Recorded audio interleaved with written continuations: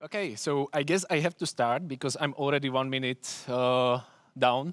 So hello, again, I cannot see you, but I think that there is quite a lot of people. So hopefully you want to learn something about virtual threads.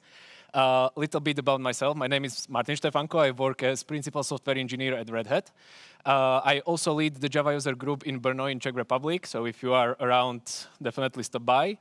I am currently writing my first book called Quarkus in Action, which you can already read everything except for the last chapter, but hopefully it will be released by the end of this year. And everywhere on the internet, you can find me as Stefank. So what are we going to talk about today is Project Loom and virtual threads. So can I get a quick show of hands? Who thinks that Project Loom virtual threads are the future of Java? Okay, that's not so many people. Interesting. Okay, so in this talk, I'm not going to convince you or try to convince you one is better or is not. Basically, I want to just point out the actual issues that we found out in Quarkus when we tried experimenting with virtual threads. I will start with Quarkus actually started playing with virtual threads since JDK 19 when it was still preview. So like, you can use virtual threads in Quarkus since forever, and this is why I think that you will see like what I want to talk about. I will start with how we are, or how we did basically any multi-threaded programming till like JDK 19 for 25 years. You basically, every blocking I/O that you are doing inside your application is basically blocking your thread. Basically, when you receive a request, you will get a thread allocated, and you are holding that thread for the whole duration of your request. So if you are blocking, you are actually blocking that thread until you are able to finish. How this could look like when you have your server and some remote service, when you receive a request to your application, you will get your platform thread, real platform thread, or operating system thread, and you will start executing your request. When you make some I/O operation, like calling some remote service, you basically are blocking that thread for the whole duration of that request. But that's OK, because that whole thread is yours. When you receive the response, basically you are just finishing the execution and you are done. If there are multiple requests coming in between, we will do the exactly same thing. So you will get basically a new thread provisioned or take it from some pool, and you are doing exactly the same thing. When you are doing the remote request, you are basically, again, blocking that different thread. Of course, if you have a request which comes after some request or some thread was already finished with the previous request, it can be reused. So we are pooling this kind of threads. And you are continuing doing this as much as you like. And of course, creating platform threads is not something which is infinite. Typically, you, at least on my machine, I am able to do like 7,000 to 8,000 platform threads, and then you will run out of memory. So because we see this kind of limitation, because for the duration of that block is basically that thread is not utilized, people came up with the idea of reactive programming. In reactive programming, you are working with something which is called continuations. So basically, when you are doing your blocking operation, like this reactive get, which is my HTTP call to a remote service, I am registering a continuation, which is any code that should be run when I receive a response from that blocking I/O operation. But for that duration of that blocking operation, we just basically don't block anything. We are just registering that registration somewhere in memory, and only when you get the OS signal back that the response is available, then we are invoking that code. Again, how it would look like when we put it into an image. In reactive programming, you have something, or the thread that is actually running the code is called event loop. And again, when we receive a request, we start it executing on that event loop. Usually you have small number of event loops, but of course this is configurable. But when you are at the point where you are making that remote request or some I/O operation to a remote service, we basically don't do anything. We will unmount that execution out of the event loop, and we will leave it again for somebody else to actually utilize. So if there is another request coming in this time when we are actually still blocking or executing the blocking operation of the first request, we can just start executing it on the same event loop thread. So that event loop, it's a concept from Node.js. It's basically just waiting for events and pulling the events from a queue, and when there is a new event or something to process, it will just start executing it on any free event loop thread. Again, the same thing when this is coming to a point of blocking I/O, you will just stop executing it on event loop. If in the meantime you will receive back a response from that first request, you will again find some free event loop thread which can pull this operation and execute it. It can be the same event loop thread, but it doesn't need to be. But in our example, it's the same thread, so it will just execute that continuation which we registered. The same thing for that second request, and of course, if you have multiple requests, the same thing. It doesn't mean that you always are executing something on that event loop thread, but you already see that we are utilizing that thread way more, and basically in all points of time, we are utilizing it if we have some work to actually execute on the thread. So it's definitely better from utilization perspective, because as you can see, we probably need way less event loop threads than we need to create that platform thread. There is one single golden rule when you are doing reactive programming, and that is never, ever block that event loop thread. If you basically imagine we are executing user code, like basically your code that you are writing. If you start blocking that event loop thread and we are requests coming, we either can create new event loop threads and execute it somewhere else, or they are just staying in that queue and no one is able to pull them. But basically, this is basically the issue, that if you start blocking that event loop thread, this whole model is not doing what it should. This is why in Quarkus, for instance, when you are holding it out of the box for more than 2 seconds, we will already throw an exception that this is not something that you should do. So we actually tell you that this is wrong. If you want to block, or you need to actually do some blocking operation, some long computation or something similar, then just do it on a normal platform thread, which in Quarkus are called worker threads. And here we come to virtual threads. So virtual threads are a really nice idea, because basically from your perspective, you are still writing exactly the same code as you are doing with the blocking normal platform threads. So you are writing imperative style. But it's doing kind of the similar thing as reactive programming, but now it's not on the level that you see. It's moved into the JDK. So from your perspective, if you switch to virtual threads, you don't need to change your code at all. Only in Quarkus, because Quarkus still don't provide global switch, which can move everything to virtual thread, you need to actually use this annotation run on virtual thread on everything that you want to move to virtual thread, but you can also use it on classes.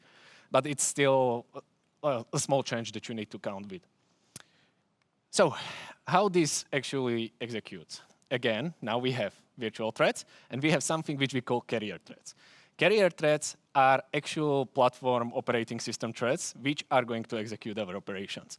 Virtual threads are only JDK level objects inside the JDK, and they are again mapped to carrier threads, as you will see in a while. So every time that you are receiving now a request, you are creating new virtual thread, which basically starts executing your operation. But what this actually does in the background is that it will mount this execution of the virtual thread to some carrier thread. Again, when you will get to a point where you need to execute some blocking I/O, JDK will find this out, and they will actually unmount that execution from that carrier thread, from the real operating system thread.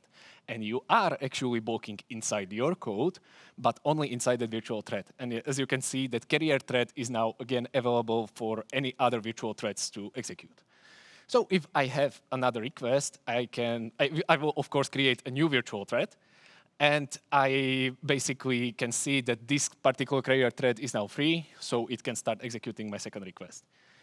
again, the same thing when we will get to a remote, blocking I/O operation, we will outmount it, and again, carrier thread is available for other threads, and we are again blocking only the virtual thread.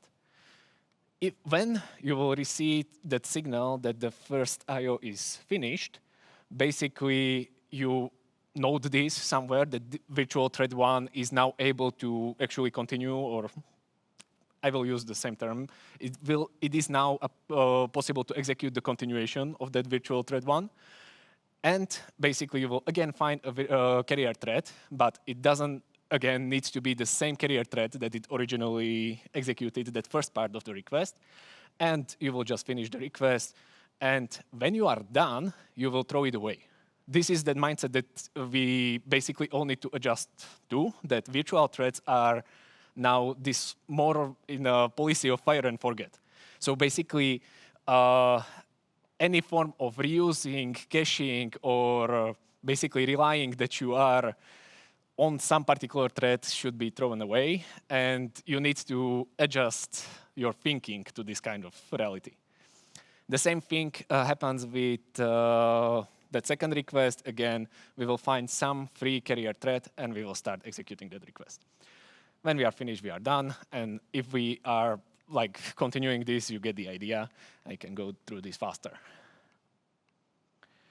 So, what is interesting is that if we put this into one image, you can actually see that this upper part looks exactly as traditional processing of threads, and this bottom part looks suspiciously close to that event loop, right? So you see that we are doing exactly the same thing, that just we are moving that complexity from user level to the JDK itself. And of course, that can come with some issues that we will get into very shortly. So I'm thinking, OK, let's go over the issues first, and then I will try to show you some code.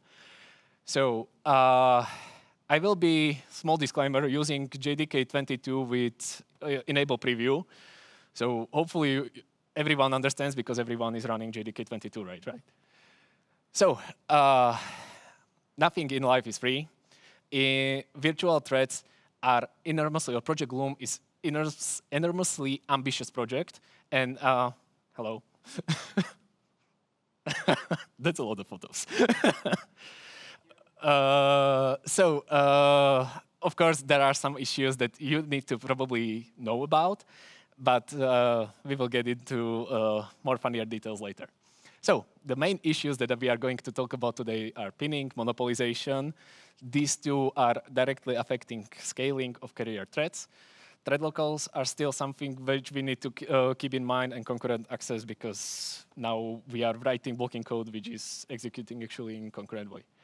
So what is pinning? I told you that every time that you will get into that blocking I/O, so any remote request, for instance, carrier thread or virtual thread, Project Loom, knows that you are in a point where you are about to block, and it will unmount that virtual thread execution from the carrier thread.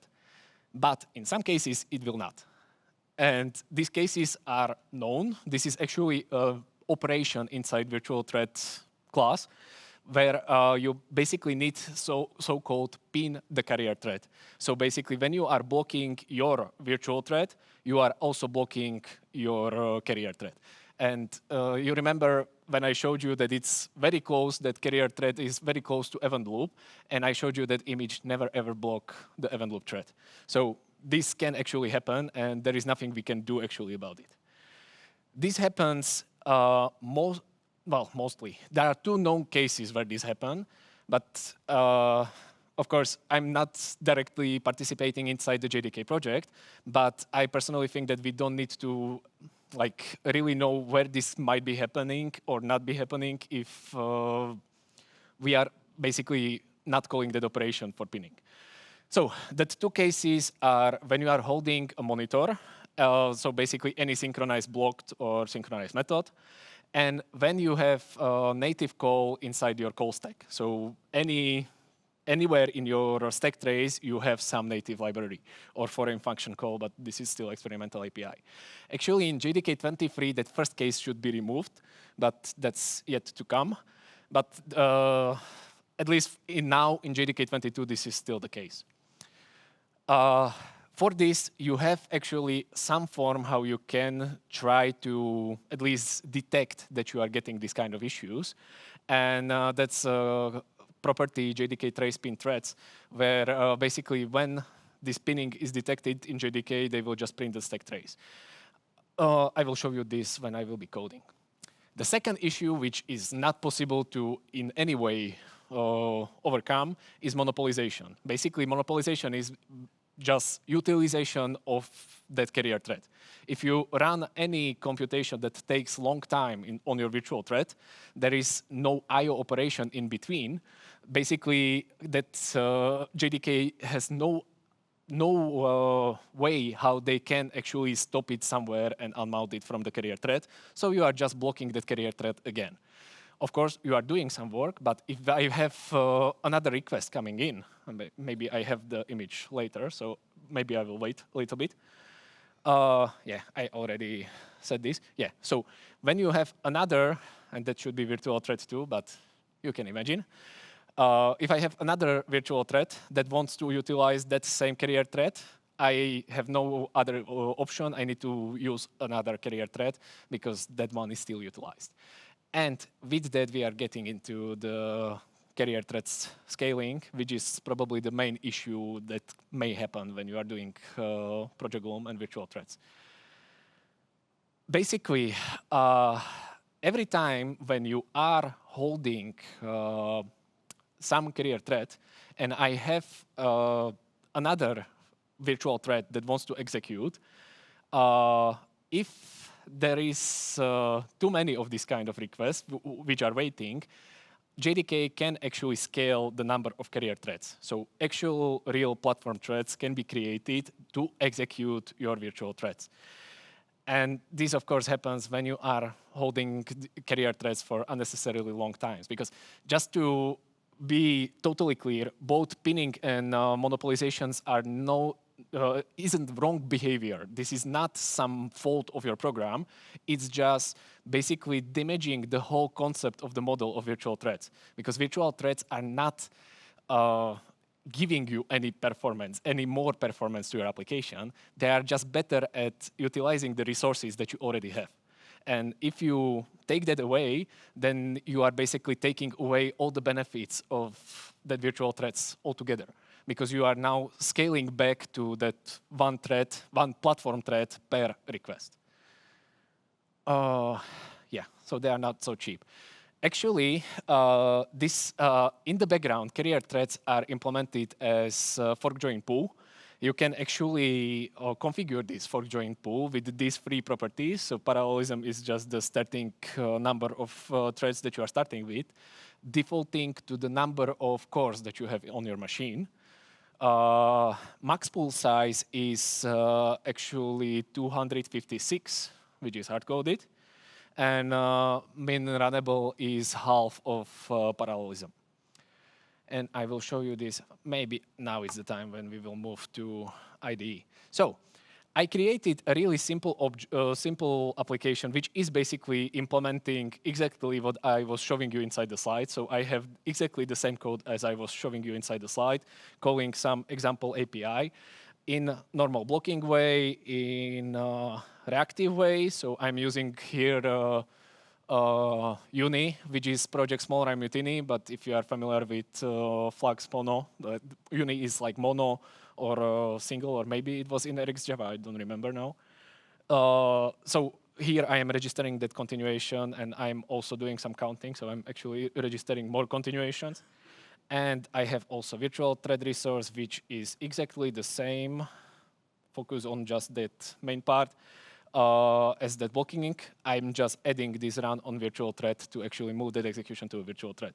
So when I run this inside dev mode, because this is a Quarkus application, and hopefully everything works, I should get on 8080 very sophisticated UI because I'm a backend developer.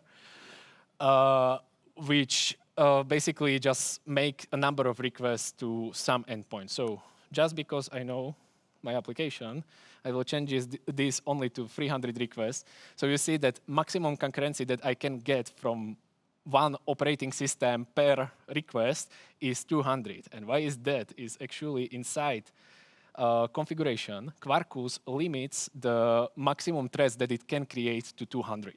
So if I move this away, and this works because I am inside the dev mode. So hopefully, if you are not familiar with Quarkus, if I now press F5 inside this IDE and I make new HTTP request to my application, and where is my application? My application was restarted and reapplied that configuration, just that we are all on the same page. So, and if I now do even 1,000 requests, you see that I'm getting to 1,000 maximum concurrency, but at the price, where is it? That I'm creating really 1,000 executor threads, which might be okay for you or might be not, depending on where you are running and how much resources you have at your disposals. If I do, where is it? The same thing with reactive, and I will reset this, we should see almost the same thing, but here we will see that event loop thread now. Vertex is just a reactive library. We don't need to get into details, which is inside the core of Quarkus. But you can see that I have only two event loop threads, which are handling all that 980 requests concurrently. OK, and last but not least, if I reset this and move to virtual, we should see exactly or very closely the similar performance. And this time, we are on virtual threads. You can see here some big numbers, which I don't know why. Yeah, I know why. I'm actually misusing, and I can show you that. I don't need to tell you that. I'm misusing virtual threads because I also like virtual threads to actually generate my requests. So I'm in Quarkus, we also give you this virtual threads annotation, which will directly inject for you executor service for virtual threads, which is getting a small benefit of actually being named, because if you just create virtual threads, I will show you this probably later, it doesn't have even name, because it's something so disposable. So now we should get here Quarkus virtual thread. And this is why I'm getting 3 or 4,000, because I'm also generating that request through virtual threads. OK. I have some questions, and maybe I can take them now, and we will get back to coding before I will move to a little bit more funny stuff. So how do virtual threads relate to Kotlin coroutines? I still don't know, because I still haven't got time to actually check, but Kotlin is fully supported in Quarkus, so I would still think, at least I like to think, that they work. Can I prevent monopolization by calling thread yield or something similar by cooperating, giving up the CPU? Interesting question. I don't think so. I don't have it now on top of my head, but I don't think that you have access to that. But it would be definitely something interesting that we can propose to JDK, because like this is one of the main issues that we have with Project Loom, that the JDK is, or JDK team, OpenJDK team, is very defending around the whole Project Loom APIs and what they are willing to expose for frameworks to actually use from that. Because this is the main issue that we have with Project Loom, is that if we are creating that event loops and we are holding that event loops, we can actually, like, if you are doing something bad and inside my reactive endpoint, I will sleep for 4 seconds, let's say, and I will call that endpoint /reactive. Come on. Yeah, here it is. So they will tell me that I shouldn't block that event loop. We don't really have any form of access to that carrier threads like this. So this is one of the main issues that we yet have. But of course, like Project Loom is not yet finished. It's still possible that eventually we will get into something similar. Can fork join pool grow beyond available processor? Yeah, just wait.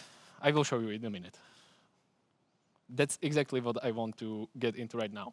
Because, yeah, we can remove that. I created here just a pure main class, which we will be using to play now with the parameters to actually show you that kind of issues that may happen. So I have here only some nice printing, which you don't need to really care about, and wrapped sleep. Oops. So now the fun part. How you can create virtual threads. There are few ways. There are now two new static methods on thread itself where you can create virtual or platform thread directly. So if I create off virtual, I can just directly start it, and here I can pass any runnable that I want to execute on my new thread. So I will just log here thread A start. We will sleep for 100 milliseconds, and I will log not thread B start, thread A, and sorry, I didn't want to close that. And that should be it. If I now pull it into virtual thread A, of course, I need to join it inside my main method, because otherwise my main program will end. And if I now run it with source 22, enable preview, and maybe name of the file, I am now using direct execution of Java files, but yeah, you know that. So we can see here that I am actually running on some virtual thread. The nice part is after this @ sign, where you can actually see that I am running on default fork join pool 1 on worker 1. So my virtual thread actually executed both that first log statement and that second log statement on the same carrier thread, because that carrier thread is this worker 1. If I would do this 2 times, and this will be now B, B, B, and B. So if I do this 2 times, now, and maybe I can do this. Is this big enough for everybody? You are not shouting, so I suppose that you are seeing this. You will see that now I'm actually getting 3 carrier threads executing different parts of my request. So as I was saying in the beginning, now thread B start was executing on carrier thread 2, but N was executed on thread 3, because that sleep is actually I/O operation that will actually unmount my virtual thread from the carrier thread, and it will mount it again when the sleep is finished. So if I run this a few times, we should see a little bit different. Yeah, again, a little bit different disposition. This is nice. So now they are exactly changing. So I'm executing A on 1, B on 2, and the end is exactly switched. So this is more or less virtual threads. However, like writing it like this is probably a little bit problematic, because you are not ever going to create threads like this. Where am I? So what you can do is actually create, let me just copy paste, comment this out. I can create an executor service like this, new virtual thread per executor, per task executor, which will be just executor. And I can now take the same thing and just say executor submit, which will now return a future 1, and do the same thing for thread B. Executor submit and F2. And of course, now instead of join, I will just wait for a future like this. 1 and second. So now I should get exactly the same thing. I am just now creating the virtual threads through executor. Let's start with the easier things. I told you that this is not named in any way. So if you call thread log thread current thread get name, This will be an empty string. So in Quarkus, you have that option of basically getting a name threads, but you can also do it yourself like this. So if you do of virtual name, because of course I can say the name inside that thread of virtual. If I would now do start, it would do the same thing, but I can actually reuse this like GeeCON and some index. And if I say here factory, and I will save that factory, I can, instead of this, do new, this one, thread per task factory, and I will pass it this factory. So now I'm still creating virtual threads, but now they will have name GeeCON dash some number. And if I run it, we should see here that now I'm GeeCON something, and my threads are named, which is very useful because if you are creating really millions, billions of these threads, you are very happy when you have some identification. Okay, so let's get to the potential issues that you can get with that. And I will start with monopolization because I think that this is the most interesting one. So, of course, if you imagine that I would do here some very long work, and while true will not work, so I will need to do it like this, and I will create forever as boolean return true. If I now execute this, that thread A will be blocking forever, but of course that thread A will never finish, but thread B can execute on any other carrier thread and it's happily finished. So the thread A will never finish. Stop. So now we will move into that funny part where I will start using, oh, come on. Okay, this is because of the restarted computer. Java minus enable preview, maybe like this. Maybe like this.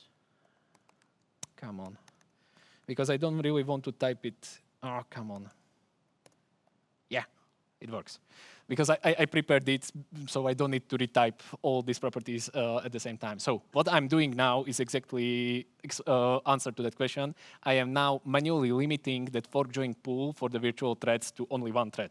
So what will happen when, well, probably, what will happen now when I have only one thread? I have only one worker thread. Of course, I will start that thread A first, and I will never execute thread B2 because I ran out of threads. Of course, we can remove that. If you just give it, I will do it like thread sleep so you can see it. If I just give it a chance to actually unmount that virtual thread from that virtual thread, now it will execute that thread B, because now I was for 1 millisecond able to unmount that thread A from the thread, and now it's again mounted and unmounted every 1 millisecond, but that thread B is finished. So you see that if you are holding the resources, you can eventually run out of virtual threads because of these kind of issues. Probably something which I wanted to show, and I didn't. I will restart my dev mode because I want to start with a clean application. Because I can actually show you this really in like my real application. So again, I have my application which is just doing the request, and we will be calling virtual. But first, I have this extremely great command which is called find Java, which is just JPS and very sophisticated grep, which will find me my application, which is my dev mode. And with JStack, I can use this to actually search for all fork join pool worker threads, which are my carrier threads. And if we count that, you will see that I have exactly 16, which is the number of cores that I have in this machine. So what will happen if I now do this 1,000 requests into the virtual thread? 79. Because of slow internet and because my machine was not able to catch up.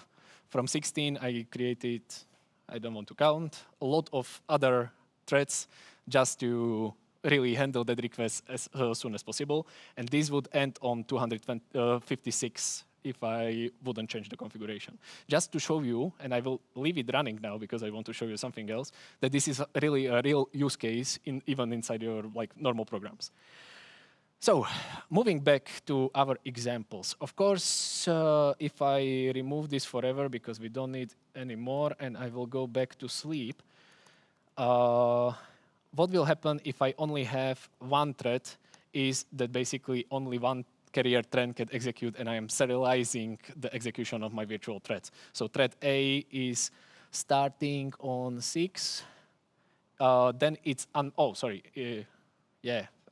my bad.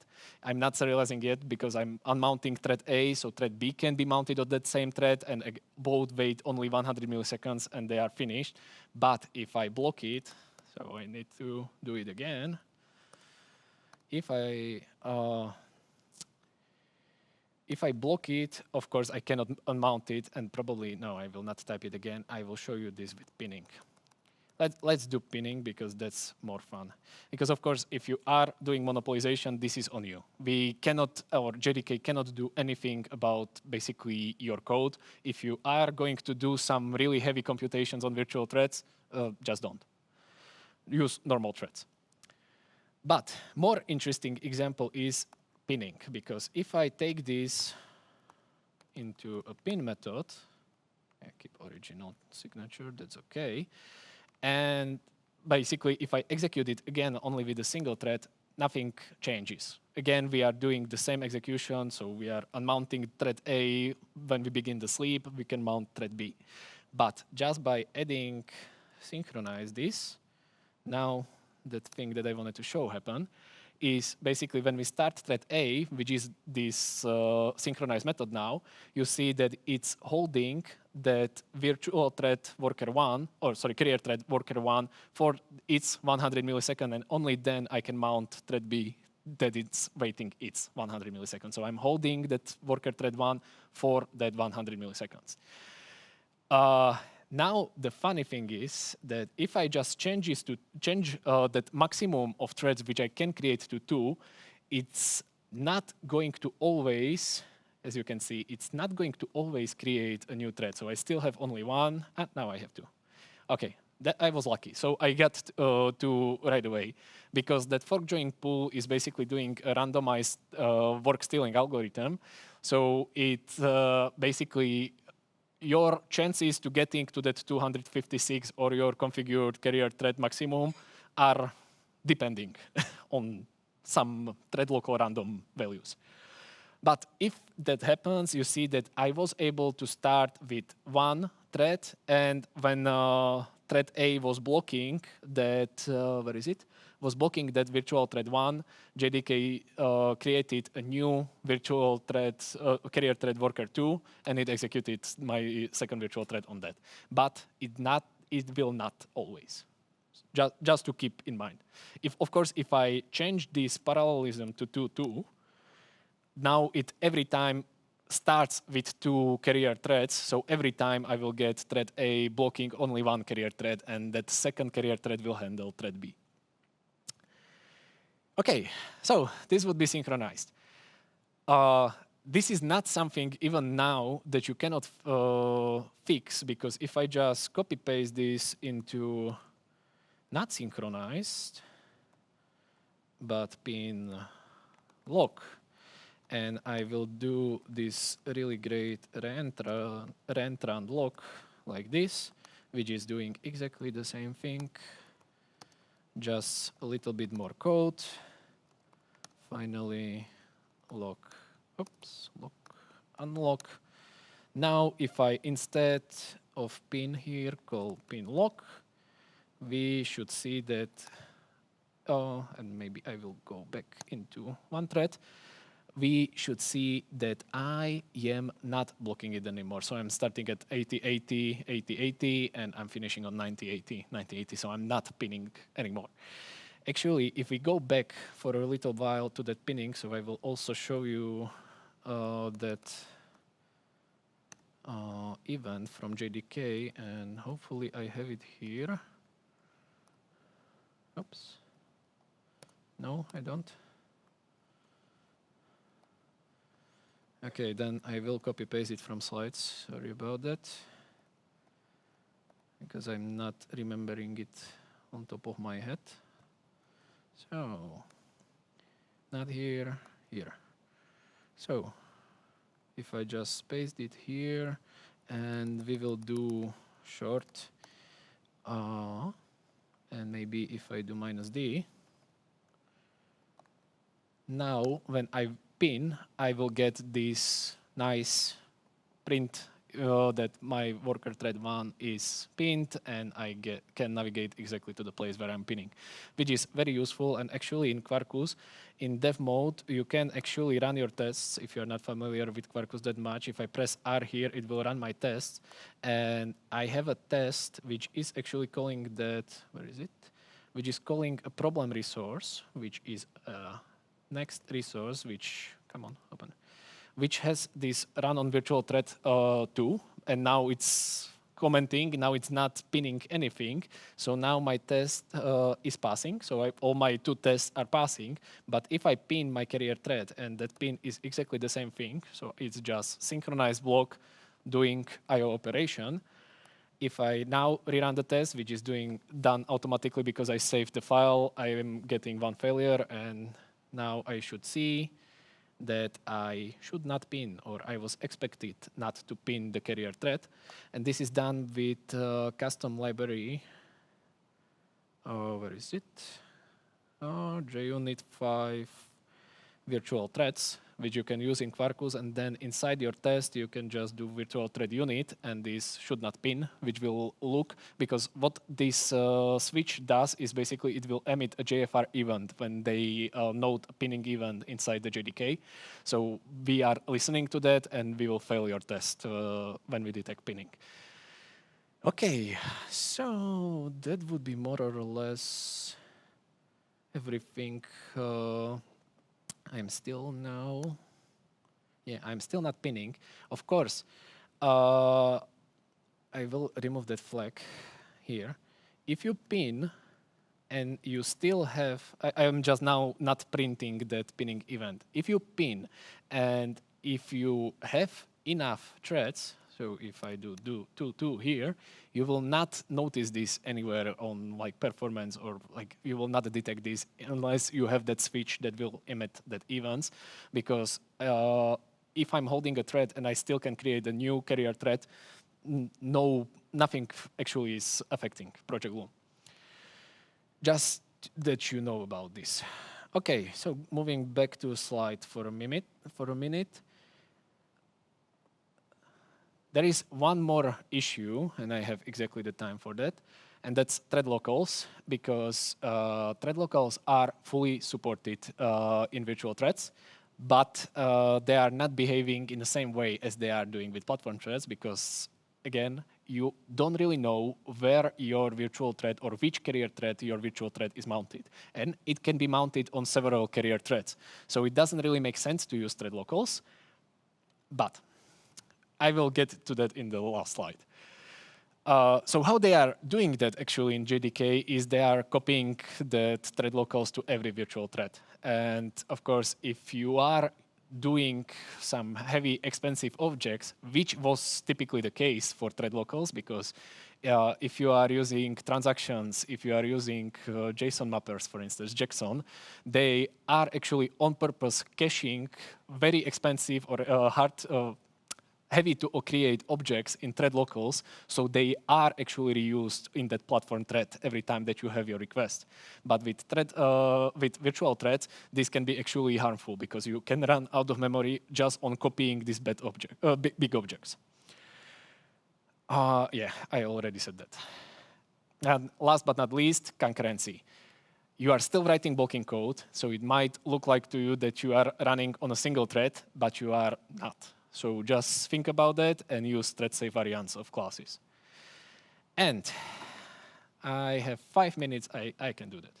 Okay, so now just going quickly back to that original application, I just want to show you that virtual fork join pool for carrier threads will also shrink down if you are not using them. Just to know that that peak is actually the problem, but where you can actually create new threads. Okay, I can close this. We don't need any more. And just to, yeah, I will show you. So I will create a thread local here. Static thread local. Let's call it expensive. Thread local. Oh, come on. Thread local with initial expensive new. And my expensive will be just record expensive with some ID. And I can just do here, no, come on, constructor, knock like this YD, random YD. And I will also override toString, just that we see it. And inside my virtual threads, I can just print lock. And maybe I will just fix my pinning problem here. Lock my thread local, that's okay like this. And lock thread local. So if I now run it, I should hopefully see what? Okay, not sure why I did this. Oh, come on. Such silly issues. Get toString. Get toString. Hopefully now you are able to compile. Yeah. So I am getting, as I would expect, different thread locals on my machine. But what I forgot to do is to change again to one thread. And you will see that I will still get different UIDs. So I got created, or I created two my expensive objects, but I'm still running on the same worker thread. So just something to keep in mind. OK, so after you saw this, do you think that Loom is where we are heading? And I don't see hands, so just like wave on me. More hands, I think. More hands, that's good. I also think that the Loom is the way forward, but that road is long because the main issue is not in your code. It's not the code that you are writing. It's actually code of the libraries and frameworks that you are using. Because if you check Hibernate and you check insert operation, somewhere deep, deep down, there is a synchronized block, which you probably don't have idea about, but there is. So, of course, these kind of issues, as I mentioned, JDK 23 will probably fix that synchronized block, but native libraries are still an issue. We counted 13 native libraries in Quarkus core. So if it happens that you are having one of that calls on your stack, nothing we can do. And thread locals can be replaced with scope values, which is still in preview, I believe. But again, this is not something that you can do something about. Of course, if you are not using everything open source, then you can. But basically, this is the main issue, that you as users of libraries and frameworks need to wait for ecosystem to catch up. And this is why we are still holding back on virtual threads and Project Loom in Quarkus. So there is still no global switch which can switch everything to virtual thread, as, for instance, Spring Boot did. But I believe that eventually we will get there. So, and after this, I really believe that Loom is the future of Java. Just we need to wait a little bit. And with that, that would be everything from my side. So here you have links to code. I will push it when I get to the hotel and to the slides. And also for this conference, you can get our book that we are writing. Also, my co-author, Jan Martiška, will have his talk about Quarkus and AI in 2 hours. You can get it with 45% discount. OK, I will wait until you will take photos. Because, or can I just read the questions? I don't need to show them, right? What about the DB connection with virtual thread? How Java manage virtual thread with the DB connection pool? Exactly in the same way, because like into the database, you actually are always going synchronized. If you don't really if you don't do like reactive drivers, which I suppose you are not, then basically everything is in the end synchronized. So you will basically do it exactly in the same way. If you are using DB, virtual threads can do only that much. Is virtual threads support passing thread locals context between threads? No, because this is exactly that mindset that I was talking about. Virtual threads are fire and forget. So basically, you should be creating them for a really short-lived task with some blocking operations which can be unmounted. And then when they are finished, you are just throwing it away. So like passing context between threads, you can just do it like with anything else with global variables or something similar. OK, that's all the questions. So thank you for your attention, and hopefully you like it.